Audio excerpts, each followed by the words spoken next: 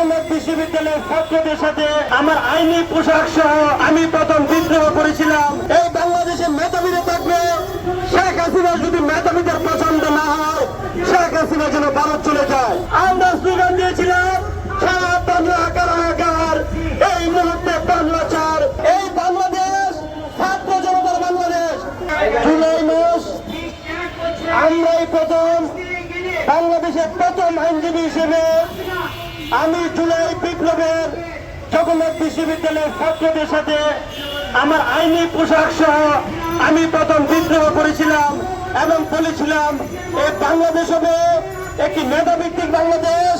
এই বাংলাদেশে মেধাবীরা থাকবে, শেখ হাসিনা যদি মেধাবীদের পছন্দ না হয় শেখ হাসিনা যেন ভারত চলে যায়। সেদিন থেকে শুরু করে জুলাই বিপ্লবের 36 দিন আমরা এই ছাত্রদের পাশে ছিলাম। আইনজীবী হিসেবে গ্রেপ্তারকৃত ছাত্র জনতাকে আমরা জামিনে সহযোগিতা করেছিলাম, আবার আন্দোলনে সম্পৃক্ত ছিলাম। এই বাংলাদেশ ছাত্র জনতার বাংলাদেশ।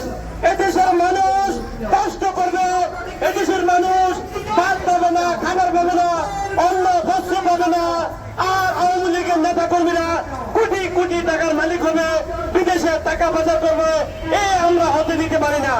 সেদিন জুলাইয়ের বিপ্লবে আমরা আরো বলেছিলাম এই দেশে যদি মেধাবীরা না থাকে এই দেশ হয়ে যাবে সকল অসুস্থ মস্তিষ্ক হয়ে যাবে।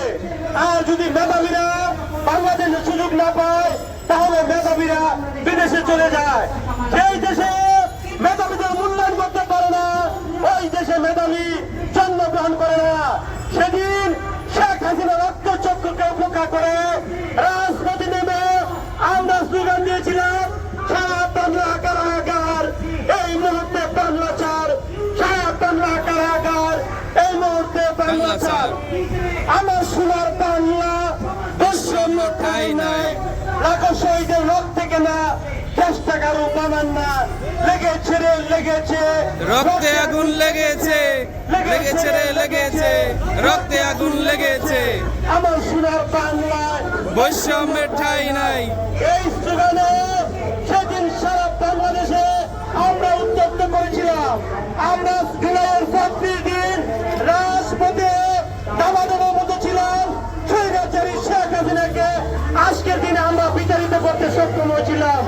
16টি বছর এই শেখ হাসিনা জাগদাল পাথরের মতো সকল গণতন্ত্রকে হরণ করে গিলে খেয়ে আমাদের কণ্ঠরুদ্ধ করেছিল।